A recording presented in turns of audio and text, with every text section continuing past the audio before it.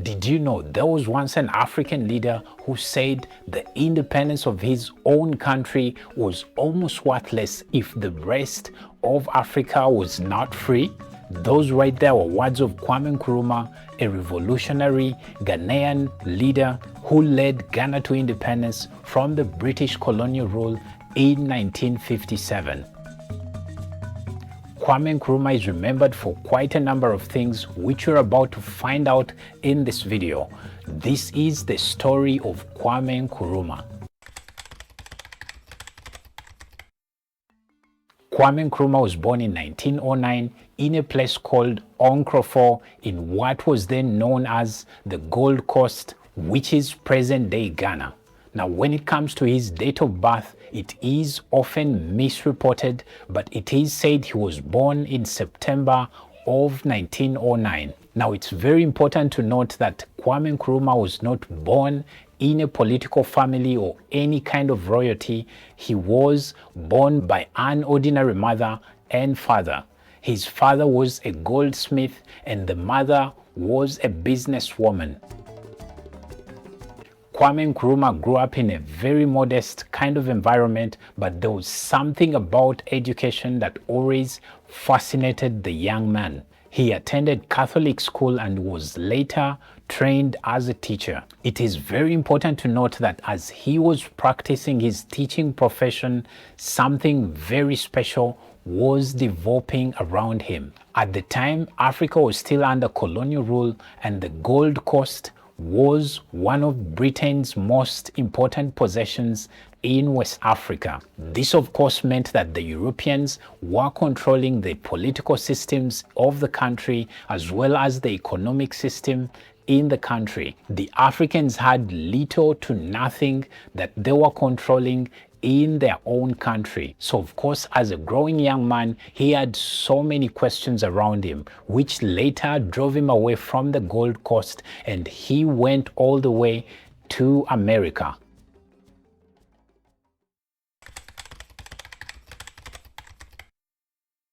In 1935, Kwame Nkrumah traveled to the US to study at the Lincoln University in Pennsylvania. It is very important to note that to him, this was the turning point.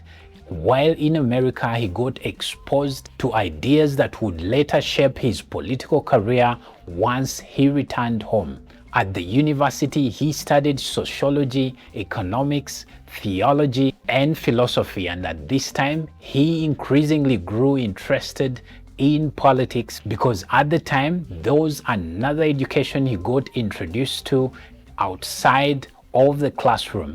Kwame Nkrumah experienced racism firsthand while in America because he saw a very big contradiction in the US systems because the same people that were advocating for democracy and all that were the very people that were actually racially abusing the black people in America. Now that right there got him to understand exactly how colonialism worked because he got to connect the experiences of the black people in America to his own people back home in the Gold Coast and Africa in general that were under colonial rule. This is where Pan-Africanism became increasingly important to Kwame Nkrumah. It is at this point that he experienced ideas from people like Marcus Garvey that strongly advocated for black pride, self-determination, and African unity. Now at this point, Kwame Nkrumah was no longer just studying a degree anymore. He was developing political philosophy. At that point, he had all the right ideas on exactly how Africa would actually become independent so that Africans can be able to take themselves forward. He understood that Africa at that point needed very good education. It needed good industrialization across the entire continent. And as well, he knew that Africans needed to control their own resources that were on the continent. And of course, he knew that most importantly, Africa had to unite. All African countries had to come together so that they fight against this colonialism that had been on the continent for over 50 years.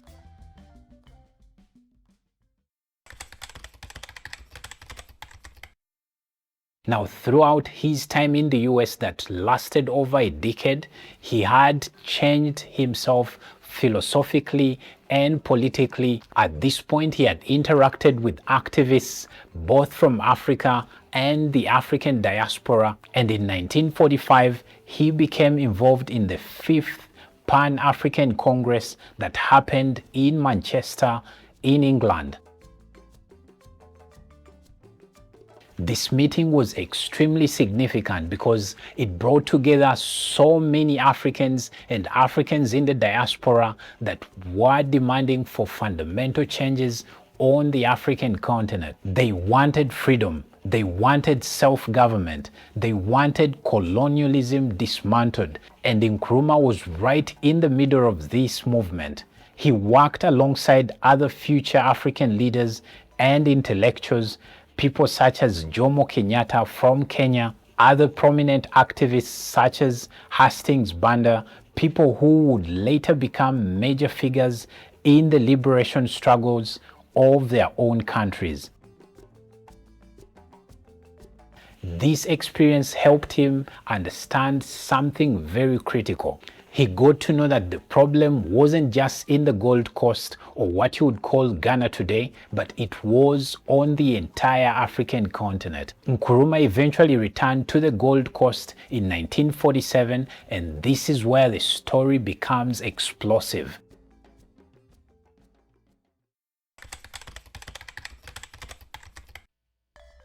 When Nkrumah returned to the Gold Coast, he joined the United Gold Coast Convention, commonly known as the UGCC. The organization was campaigning for self-government, but Nkrumah wanted something much more immediate. He just didn't want to participate in the colonial systems that were there at the time.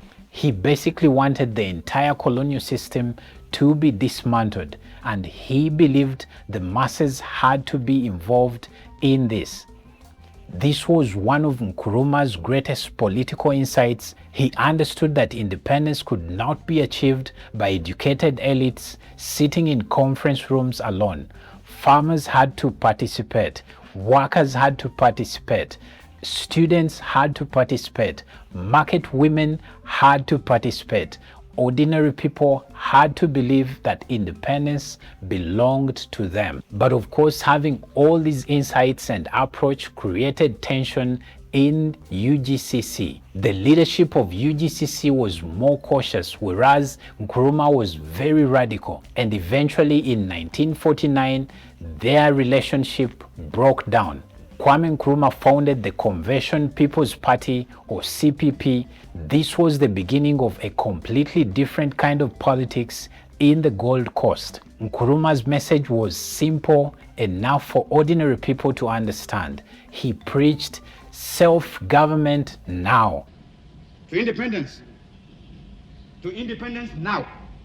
Not someday, not eventually, but now. And he turned that message into a mass political movement.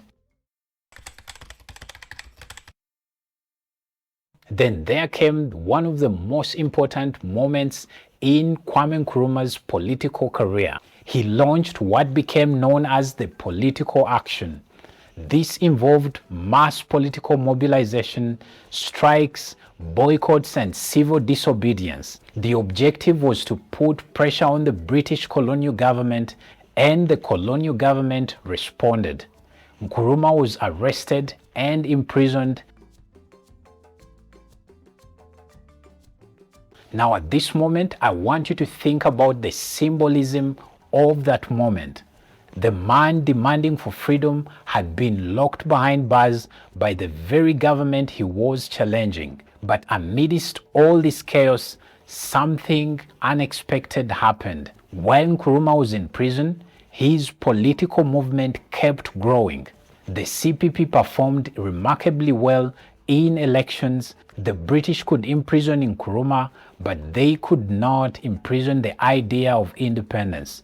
Eventually, Nkrumah was released, and in 1951, his party won a major electoral victory.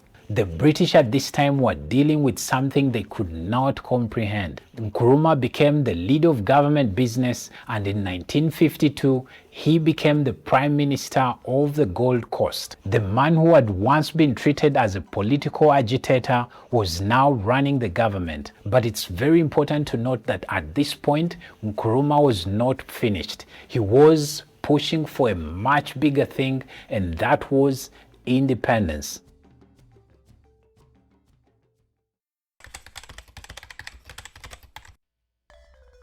The Gold Coast journey towards independence wasn't simply a dramatic event. It was a process involving constitutional negotiations, elections, political pressure, mass mobilization, and increasing demands for self-government. Nkrumah pushed relentlessly towards full independence, and on March 6, 1957, the Gold Coast finally became independent. But there was something incredibly symbolic about the new country's name. It wasn't called Gold Coast anymore. It was called Ghana. The name deliberately connected the modern nation with the ancient Ghana Empire, and Nkrumah became the country's first prime minister. Ghana became the first sub-Saharan African colony to achieve independence from British rule in the post-war independence era, and suddenly the world was watching Africa. But Nkrumah's most important message wasn't simply Ghana is free. His message was Ghana's independence is almost worthless to me if the whole of the African continent is not free. That was the moment Nkrumah transformed from a Ghanaian nationalist to a continental figure. This is perhaps the most important part of Kwame Nkrumah's story, because he just didn't want dozens of African countries to become independent. He wanted the entire African continent to be independent from colonial rule. He wanted Africans to build a much stronger political union, and you might ask why. Kwame Nkrumah understood the mathematics of power. One African country negotiating with a powerful foreign country might be weak, but a united Africa with hundreds of millions of people, enormous mineral resources, agricultural land and strategic territory, and a coordinated foreign policy, that would be a completely different force. So that's exactly what Kwame Nkrumah wanted for the whole of Africa. And in 1963, we saw the birth of the Organization of African Unity, a union that basically brought together all African states and nations. Now, this Kwame Nkrumah story has been very fundamental for the African continent, and no wonder we've seen people named after him over the years. For example, today, the New York City Mayor Zoran Mamdani was named after Kwame Nkrumah by his dad. So his full name is Kwame Zoran Mamdani. So you can imagine the kind of impact he caused amongst the African parents at that moment, that today we still have people that look up to him as an African revolutionist and Pan-Africanist. So in the comments, please head over there and tell us, what do you learn from this Kwame Nkrumah story? Head over there and let's keep this conversation going. And for more Pan-African content or videos, please check out this next video.